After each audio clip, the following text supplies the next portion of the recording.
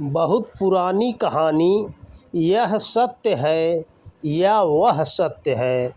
यह कहानी बहुत पुरानी है। मिथिला नरेश जनक बड़े ही धार्मिक व राजकाज में निपुण थे। धर्मपरायण होने के कारण वे राजकाज का संचालन बड़ी कुशलतापूर्वक किया करते थे। अतः उनके राज्य में प्रजा हर प्रकार से खुशहाल थी। उनकी लोकप्रियता दूर दूर तक फैली हुई थी। उनके दरबार में संतों ज्ञानियों का बड़ा आदर हुआ करता था। वे संतों मुनियों के साथ अक्सर धर्म चर्चा आयोजित किया करते थे। धर्मपरायण होने के कारण वे राजा होते हुए भी राज वैभव के प्रति आसक्ति नहीं रहते थे। वे भगवत परायण जीवन जीते हुए अपना सारा वैभव भगवान का ही मानकर बस माया मोह व आसक्ति से परे रहकर अपने कर्तव्य का पालन किया करते थे। वे संसार में होकर भी संसार के प्रति कोई आसक्ति नहीं रखते थे। वे निष्काम कर्म करते हुए बस राजा के रूप में अपने कर्तव्यों का बड़े ही कुशलतापूर्वक पालन करते थे।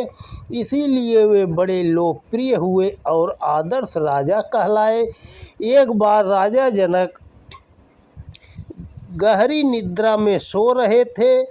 तभी उन्होंने एक विचित्र स्वप्न देखा। उन्होंने देखा कि एक शक्तिशाली राजा ने उनके राज्य पर हमला कर दिया है और पूरा राज्य तहस नहस कर दिया है। यहाँ तक कि उन्हें भी अपनी जान बचाने के लिए जंगलों में भाग जाना पड़ा। वे कई दिनों तक जंगल में भूखे प्यासे पड़े रहे। उनके हाल पर तरस खाकर उस जंगल से गुजर रहे एक राहगीर ने उन्हें खाने को एक रोटी दी। अभी वे एक वृक्ष के नीचे बैठकर रोटी खाने ही वाले थे कि एक विशाल कौवा झपट्टा मारकर उनके हाथ से रोटी ले उड़ा। यह देखकर राजा जनक चीख पड़े और आकाश में रोटी लेकर उड़ते हुए उस कौवे को देखने लगे। तभी उनकी निद्रा भंग हो गई। निद्रा से जागते ही उन्होंने स्वयं को अपने ही राजमहल में अपने शयन कक्ष में बिस्तर पर पसीने से लथपथ पाया। यह देखकर जनक विचार शून्य हो गए। चूँकि वे आध्यात्मिक मनोभाव के व्यक्ति थे, इसलिए वे उस स्वप्न के निहितार्थ पर विचार करने लगे कि इस स्वप्न का क्या अर्थ हो सकता है, इसका क्या तात्पर्य हो सकता है, क्या यह स्वप्न किसी सत्य की ओर इशारा कर रहा है। यदि प्रश्न उनके मन में उठने लगे, वे यह सोचने लगे कि जब मैं स्वप्न देख रहा था तब तो मैं अपने राजमहल में ही अपने शयन कक्ष में था, लेकिन मन पूरी तरह जंगलों में भटक रहा था। मैं जंगल में दौड़ भाग कर रहा था। कौवा मेरे हाथ से रोटी ले उड़ा था। मैं चीखा भी था और मैं पसीने से लथपथ भी हो गया था। अब प्रश्न यह उठता है कि सत्य क्या है। मैं अपने बिस्तर पर लेटा था, वह सत्य था, या मैं युद्ध हार कर जंगलों में भटक रहा था, वह सत्य था। मैं अपने पलंग पर विश्राम कर रहा था, वह सत्य था, या मैं पसीने से लथपथ हो गया था, वह सत्य था। राजा जनक अपने स्वप्न के निहितार्थ को समझने का प्रयास कर रहे थे। उन्होंने अपने स्वप्न की चर्चा अपने राजमहल में आए हुए कई विद्वानों से की, पर उन्हें अपनी जिज्ञासा का सही समाधान नहीं मिल पाया था। तभी उनके राजमहल में महाज्ञानी अष्टावक्र जी का आगमन हुआ। राजा जनक ने उनसे भी वही प्रश्न किया, महाराज उस घटना में क्या सच है, यह सच है या वह सच है। अष्टावक्र ने तुरंत हंसते हुए कहा, महाराज न यह सच है न वह सच है। जनक तो चौंक गए। क्योंकि अब तक जितने भी लोगों ने उन्हें बताया था उन्होंने राजा जनक की एक या दूसरी अवस्था को सच बताया था। तब अष्टावक्र जी अपनी बात विस्तार से समझाते हुए बोले, महाराज, जब आप स्वप्न देख रहे थे तब आप अपने राजमहल में ही थे। उस समय आपका जंगलों में भटकना तो गलत ही हो गया। ठीक वैसे ही जब आप राजमहल में थे तो भी उस समय आपका चित्त तो जंगलों में ही भटक रहा था।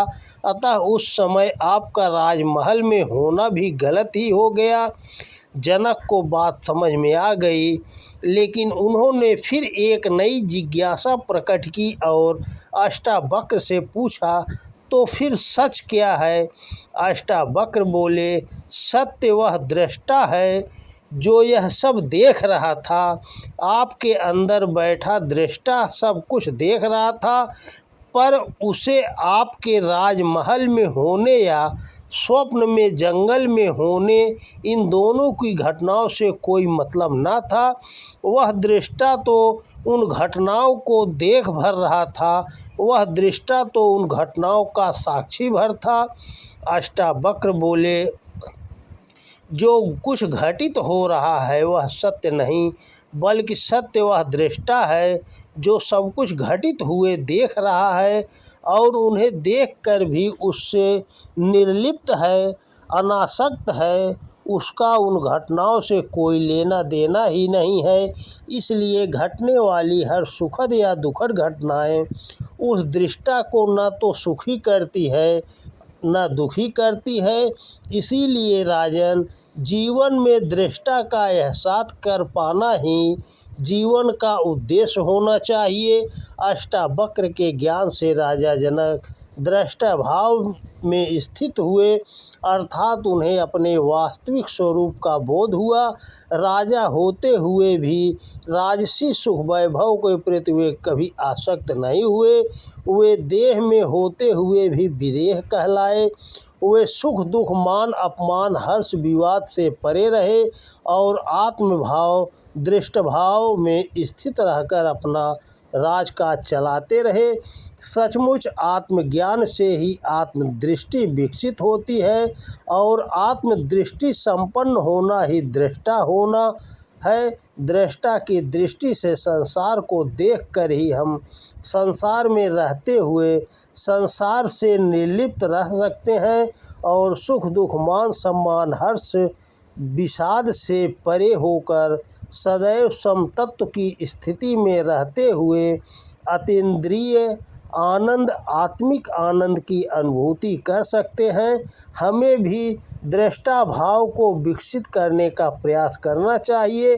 हमें भी दृष्टा भाव में स्थित रहकर निर्लिप्त और निष्काम भाव से जगत में अपने कर्तव्य कर्म करते हुए सदैव आनंदित रहना चाहिए। दृष्टा भाव में रहने से ही हमें शाश्वत सुख व आनंद की अनुभूति होती है।